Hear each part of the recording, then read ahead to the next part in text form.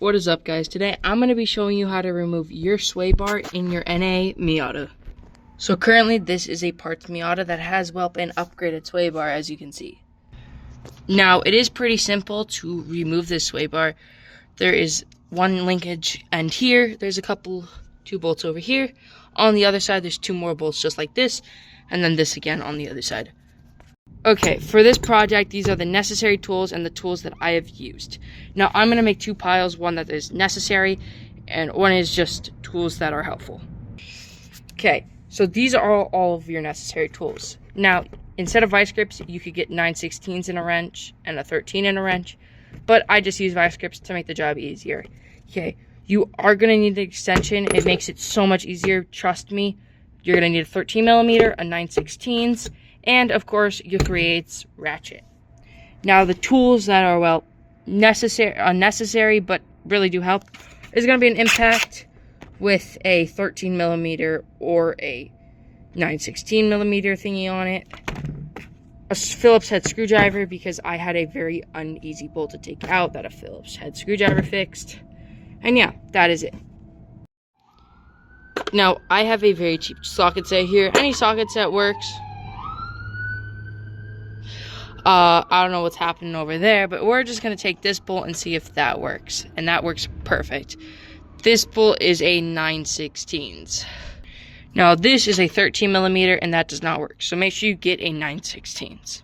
So first, we're just going to crack it loose very easily.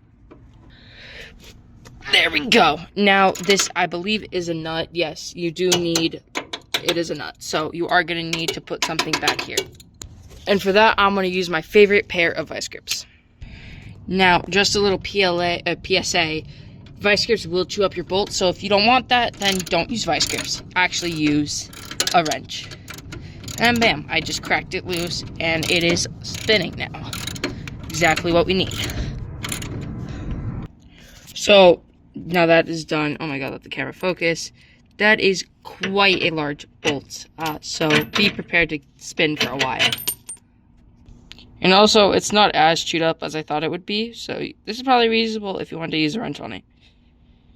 So now that this is pretty much loose, you're going to loosen up these two bolts. Now, the top bolt isn't a 9/16, and I'm going to guess it is a 13 millimeter. So you're going to need a 13 millimeter for these top bolts. Okay, so now I got that bolt kind of loose. Now this doesn't have a nut, so you don't actually need to put vice grips or another pair of pliers up there. So this is just one regular socket. Also, this is probably one of the best times to have an electrical one because this kind of hurts to take out. I hit my hand on the radiator right here. That hurt. Now, if you were to use an extension, it would make it so much easier. So, have fun using an extension. Organize our bolts. That proceeded to fall. Organize our bolts. Now, the other bolt here is also a 13 millimeter. I would suggest using an extension on this because you are going to cut your hand with that. Now, I was able to find a size that was equivalent to a 13 millimeter on my impact with the little set I had. So, I should just be able to do a couple of ugga-duggas to take this out.